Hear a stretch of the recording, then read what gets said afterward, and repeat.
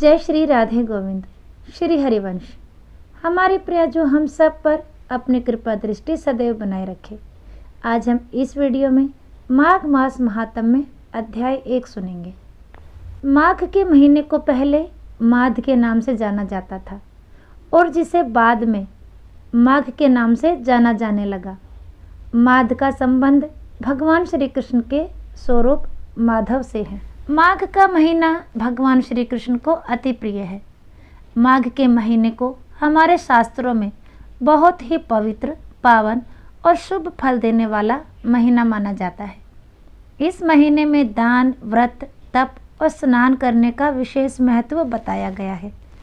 इस मास में गंगा तट पर वार्षिक कुंभ मेला का आयोजन भी होता है।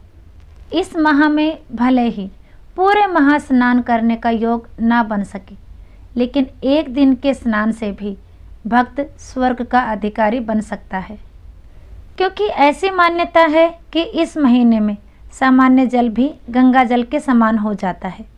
इसलिए माघ के महीने में कई भक्त संगम तट पर कल्पवास भी करते हैं और यह भी मान्यता है कि इस माह में गंगा जी में स्नान करने के लिए स्वयं देवता भी धरती पर आते हैं। इस कारण से भी इस माह में स्नान का महत्व और अधिक हो जाता है। इस माह में श्रीमद् भागवत गीता का पाठ करना, मधुराष्टकम का पाठ करना, शास्त्रों का अध्ययन करना बहुत ही शुभ बताया गया है। और इसके साथ साथ माघ मास महात्म्य का हर रोज एक अध्याय भी अवश्य सुनना या पढ़ना चाहिए।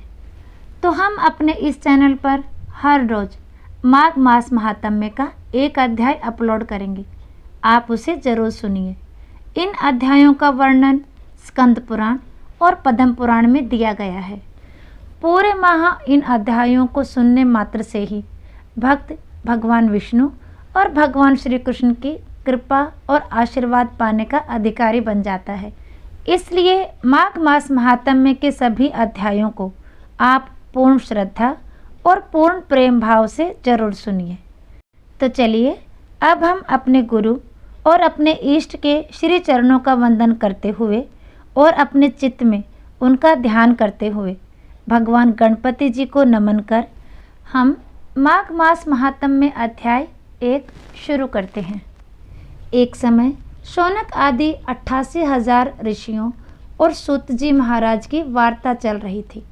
सभी ऋषियों ने श्री सूत जी महाराज से कहा, हे सूत जी, कृपा कर आप हमें माघ मास का महात्म्य सुनाइए, जिसको सुनने मात्र से महान फल की प्राप्ति होती है।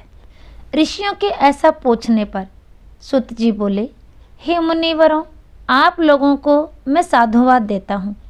आप लोग भगवान श्री कृष्ण के शरणागत भक्त हैं, इसलिए प्रसन्नता और भक्ति के साथ आप लोग बार बार भगवान की कथाएं पूछा करते हैं। मैं आपके कथना अनुसार माघ महात्म्य का वर्णन करूंगा। जो अरुणा उदय काल में स्नान करके इस महात्म्य को सुनते हैं, उनके पुण्य की वृद्धि और पाप का नाश होता है। इतना कहकर सूत जी महाराज बोले, एक समय मैंने अपने गुरु श्री व्यास जी से कहा कि हे गुरुदेव, कृपया करके आप मुझसे माघ मास का महात्म्य कहिए, क्योंकि मैं आपका शिष्य हूँ। मेरी बात सुनकर मेरे गुरुदेव श्री व्यास देव जी ने मुझे एक अति प्राचीन इतिहास सुनाया, जिसे मैं आप लोगों को सुनाता हूँ। आप ध्यानपूर्वक सुने। एक समय रघुवंश के राजा दिलीप अपने राजमहल में यज्ञ समापन के बाद स्नान आदि करके पैरों में जूते और सुंदर वस्त्र पहनकर शिकार के लिए जरूरी सामान, कवच और आभूषण पहनकर अपने सिपाहियों के साथ जंगल में शिकार खेलने के लिए अपनी नगरी से बाहर निकले। उनके सिपाही जंगल में शिकार के लिए हिरन, शेर, चीता आदि जानवरों की तलाश में इधर उधर फिरने लगे। वो वन बहुत ही सुंदर था। कहीं कहीं हिरनों के झुंड फिर रहे थे, कहीं गीदड़ भयंकर आवाज कर रहे थे, कहीं गैंडों का समूह हाथियों के समान मस्ती से फिर रहा था, कहीं वृक्षों के कोटरों में बैठे हुए उल्लू अपना भयानक स्वर कर रहे थे, कहीं शेरों के पैरों के निशान के साथ घायल हिरणों के खून से भूमि लाल हो रही थी, कहीं दूध से भरे थनों वाली सुंदर भैंसें मस्ती से घूम रही थीं, कहीं पर सुगंधित फूल, हरी भरी लताएं वन की शोभा को बढ़ा रही थी। कहीं बड़े बड़े पेड़ खड़े थे तो कहीं पर उन पेड़ों पर बड़े बड़े अजगर और उनकी केंचुलियां भी पड़ी हुई थीं। उसी समय राजा के सिपाहियों के बाजे की आवाज़ सुनकर एक हिरन घने वन में से निकलकर भागने लगा और बड़ी बड़ी चौकड़ियां भरता हुआ आगे बढ़ा। राजा ने उसके पीछे अपना घोड़ा दौड़ाया, परंतु वो हिरन पूरी शक्ति से भागने लगा। वो हिरन कांटेदार वृक्षों के एक जंगल में घुस गया। राजा भी उसके पीछे वन में चला गया, परंतु कुछ दूर जाकर हिरन राजा की दृष्टि से ओझल होकर कहीं दूर ही निकल गया। राजा उस निर्जन वन में अपने सैनिकों सहित प्यास के मारे दुखी होते हुए इधर उधर भटकने लगे। दोपहर के समय बहुत ज़्यादा चलने से भी सैनिक थक गए और घोड़े रुक गए। कुछ आगे राजा ने एक बड़ा भारी सुंदर सरोवर देखा, जिसके किनारे पर घने वृक्ष थे। उस सरोवर का जल सज्जनों के हृदय के समान स्वच्छ और पवित्र था। उस सरोवर के जल में अनेक प्रकार के जल जंतु, मछलियां आदि इधर उधर फिर रही थी। दुष्टों के समान निर्दयी चित्त वाले मगरमच्छ भी थे।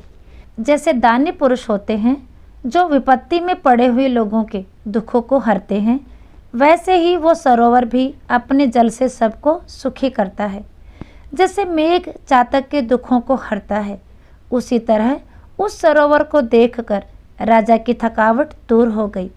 रात्रि को राजा ने वहीं विश्राम किया और सैनिक पहरा देने लगे और चारों तरफ फैल गए। रात के अंतिम समय में सूअरों के एक झुंड ने आकर सरोवर में पानी पिया। तब सिपाहियों ने उन सूअरों पर हमला किया और उनको मारकर पृथ्वी पर गिरा दिया। उस समय सब शोर मचाते हुए बड़ी प्रसन्नता के साथ राजा के पास गए और यह सब देख राजा भी बड़ा प्रसन्न हुआ और सुबह होते देख राजा सिपाहियों के साथ अपनी नगरी की तरफ चल पड़ा। रास्ते में राजा ने कुछ तपस्वियों को देखा, जिनका शरीर तपस्या और नियमों के कारण बिल्कुल सूख गया था, जो मृगछाला और वल्कल मतलब वृक्ष की छाल पहने हुए थे। राजा ने ऐसे घोर तपस्वियों को बड़े आश्चर्य से देखा, फिर उनको प्रणाम किया और हाथ जोड़कर खड़ा हो गया।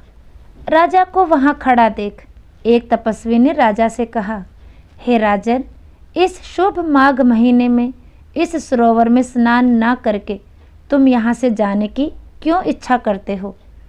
तपस्वी के ऐसा पूछने पर राजा कहने लगा कि हे महात्मन, मैं तो माघ माह में स्नान के फल को कुछ भी नहीं जानता। कृपा करके आप विस्तार पूर्वक मुझको बताइए। माघ माह महात्म्य अध्याय 1 समाप्त। आप सबको माघ महीने की ढेर शुभकामनाएं।